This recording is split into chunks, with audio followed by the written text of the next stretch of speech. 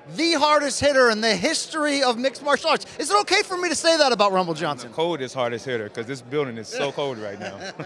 Anthony Johnson, we are waited with bated breath for you to come back and start flatlining some fools. I don't know if that's really the nicest thing to say, but I know that's your goal and mission. How much longer? Hopefully by the end of the year, November, December. I plan on fighting by then.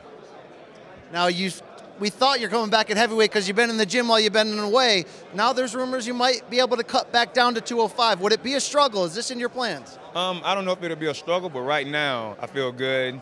I'm a little bit leaner than what I was when I was fighting 205. What I look like now is what I was looking like when I was cutting weight to 205. About 225, that's when you start seeing some good results. And right now I look like that, so it may be a little bit of a struggle, but I'm willing to go out there and get it off and just do what I got to do. That's made many a fan excited about what the future could look like at 205 or heavyweight with the names out there. Do you have any one name or unfinished business from the first chapter of your career that you're most hoping to get into a fight with? Everybody. I'm not going to call out one person. Everybody. I'm trying to bury everybody. There was a thought process that maybe you were the only man who could take care of a prime Jon Jones, and that fight was booked, but we never saw it happen. Is that itch still inside you? Because I'm itching right now. I got hives over this fight. Yeah, it's definitely still in me to go out there and fight Jon. But I just gotta, let everything run its course. I don't plan on coming in and just getting an instant title shot. There are a lot of good fighters out there ahead of me. I plan on doing what every other fighter did and has done, just like I did at the beginning of my career. You fight 3, 4, 5 fights to get to the title, and if I have to do that, then that's what I'll do. What did you miss most about doing this at this level during your retirement? What did I miss the most while being retired? Nothing. He's an honest man. I was when I was retired. I was retired. I was happy, fat, living my life. Happy. 3 bills, fat? No, I wasn't 3 bills, son. Nah. Nah. I got up to, 280, something like that. And now that I know my worst, I'm not worried about it. Everybody's seen my worst now. They've seen my best. You know what I'm saying? So everybody knows what I can do. You see a fat picture of me, next month you'll see a skinny picture of me. You know what I'm saying? Or you may see a fit picture of me. It doesn't matter. I'm all over the place. Now, you left the sport on your own terms, which is very rare when a guy gets to do that. Now you're coming back on your own terms. If you could single down to one reason why you left, looking back with hindsight now, what do you think it was? I was just exhausted. That's it. Burnt out. Everybody thinks that the fact that we're athletes and they see us on TV, that we get everything catered to us and we don't have the same 24 hours in a day that everybody else has. I'm not Michael Jordan. I'm not, LeBron. I'm not saying that they get catered to, but I'm saying, like, we're not at that level where we can sit back and chill like that. You know what I'm saying? So it's a process. It's a lot more to it than what people realize. All right. What is the biggest takeaway that you've acquired mentally in the time off? Because I'm sure you get a lot of time to think about what went right, what went wrong. What'd you learn in that process? A lot. Who to trust, who not to trust. Who I am. I'm still growing as a person, finding out what I like and what I don't like, what works and what doesn't work. The whole time I was retired, I had plenty of time to think, and I'm still thinking. I'm still growing. All right, when Rumble gets back in there, is it Headhunter Rumble? Is it, I know I've got the biggest weapon in this war, I'm just going to use it? Or is it going to see some wrestling, some kicking? What's it going to be like for Rumble 2.0? That's the question of the day. We'll see. We'll see. I mean, if I want to knock somebody out, I'll do it. Actually, if I want to wrestle, I'll do it. I just don't want to wrestle. I'd rather punch you instead of wrestle you. But obviously, in this sport, you have to do both. I didn't have to do both mostly, but I will if I have to. Everybody talks about my wrestling and stuff like that because DC took me down. It's DC. You know what I mean? They don't put that into consideration. The only people that have literally, for sure taken me down was 2 AKA guys, Josh Koscheck and DC. Phil Davis couldn't take me down. When I was fighting 170, I fought Rich Clemente. I kicked over his head and was so exhausted. I did damn near 360, and he just jumped on me. You know what I'm saying? So it wasn't like anybody in my career has truly taken me down. They want to talk about my grappling. I just don't like grappling. But now I'm more hip to it. You know what I mean?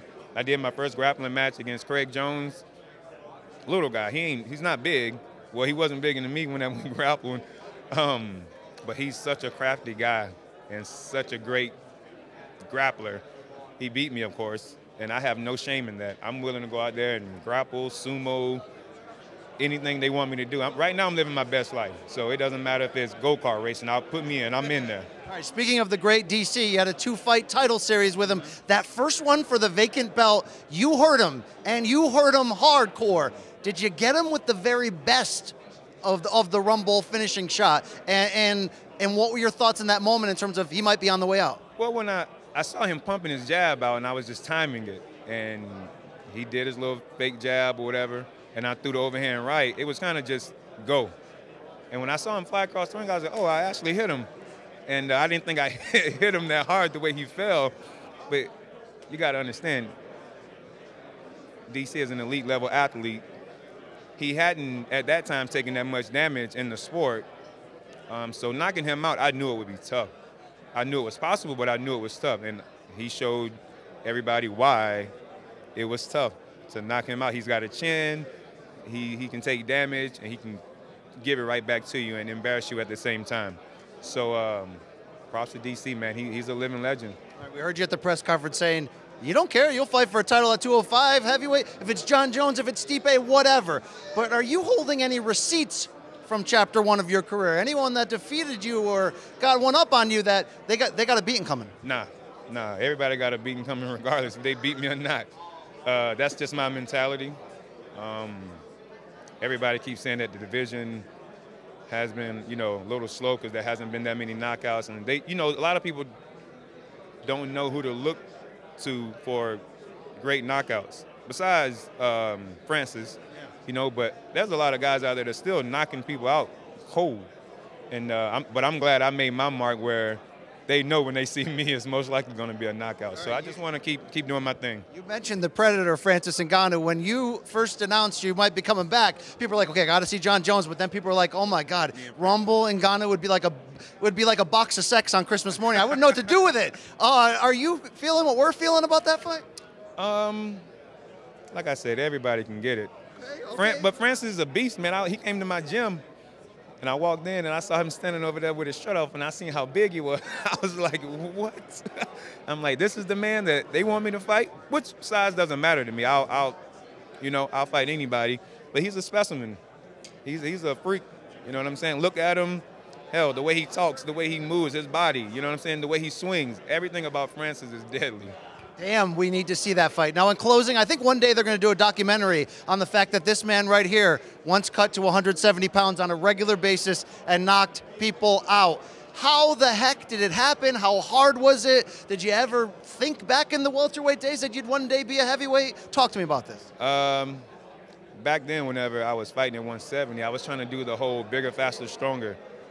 And plus, I knew I couldn't compete with Anderson Silva and Rich Franklin and Nate Corey and all those guys, Chris Liebman. I knew I would have gotten destroyed. So I took a chance at 170, and it was a struggle. It was a struggle. Either way, going up in weight, I would have had an issue. Going down in weight, I had an issue. So at the end of the day, I was going to have an issue either way. So I just went with the issue that I felt like I could be more successful at, So I went and tried 170. I made it half the time, and the other half the time I didn't. And but it was fun, and it was hell all at the same time. It helped me grow, I wonder one day if George St Pierre will say, the greatest thing to ever happen in my career was that Rumble never got to the title level at 170. I wish he would say that. I wish he would say that, but George is George, man. He's the Zen master. He's everything, you know what I'm saying? It's definitely no bad energy. I have nothing bad to say about him, basically. I would have loved to have fought him at the time. I know I would have gotten destroyed, but I still would have went out there and tried, because George is just one of those guys. He's like untouchable. He's untouchable in every aspect of the game.